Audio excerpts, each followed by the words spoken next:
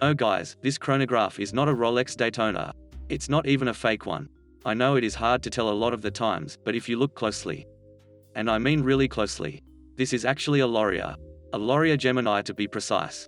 For the uninitiated, Lorier is a micro-brand started by a New York-based couple. Before you watch snobs click away, hear me out.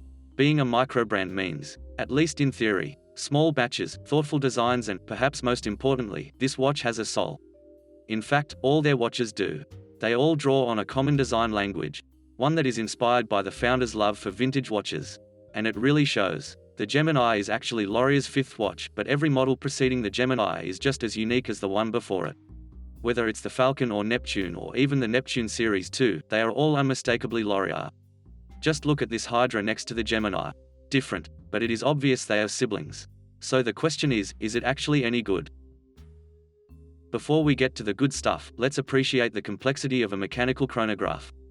That's right, despite my last video, this is actually not a quartz. Putting aside all the different types of chronographs and the many different fancy complications you can have. At its core, a chronograph is a specific type of watch that is used as a stopwatch on top of being able to tell the time. A basic chronograph has an independent sweep second hand. It can be started, stopped, and returned to zero by successive pressure on the stem. Just think about that for a sec. It is like being asked to spin plates like a circus clown, except some can be started and stopped at a moment's notice. It is extreme multitasking whilst maintaining an insane level of accuracy. And remember, we are talking about a watch, not a computer. To achieve such an impossible feat, the Gemini relies on the Seagull ST-1901 movement. A movement with history dating back to the 1960s, when the Chinese Ministry of Light Industry adapted the Swiss-made Venus Caliber 175 into what we know as the ST-19 today. Very fitting given the Gemini's vintage inspirations.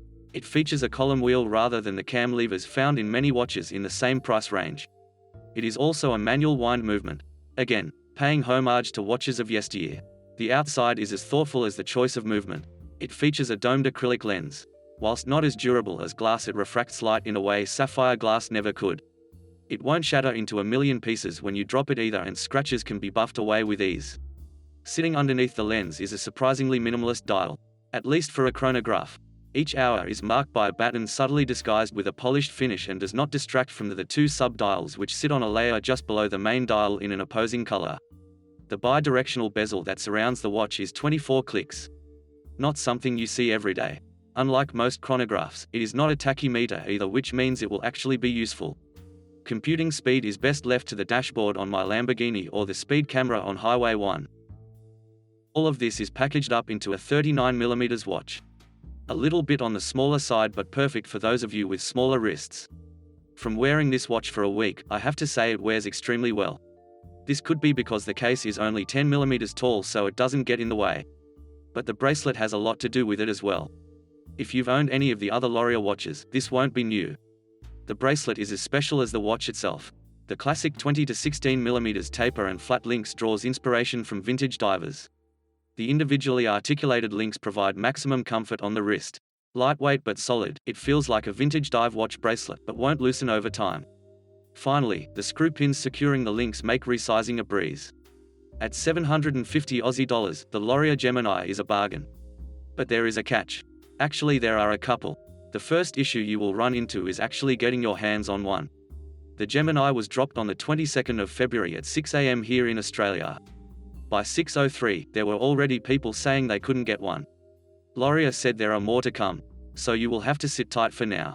Other complaints are minor, but this won't be a comprehensive review if I don't mention them. Let's start with the really minor ones.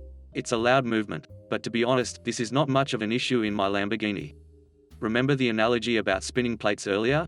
And how this is multitasking to an insane level of accuracy? Well, it is a good analogy because just like spinning plates, things get messy when they go wrong. Pressing the reset button whilst the timer is active may just break a few things. Finally, and perhaps my biggest criticism of this watch. It is not as good as a quartz. But then again, mechanical watches rarely are. Thank you so much for watching this video. If you've enjoyed it, please consider giving it a like and subscribing to the channel.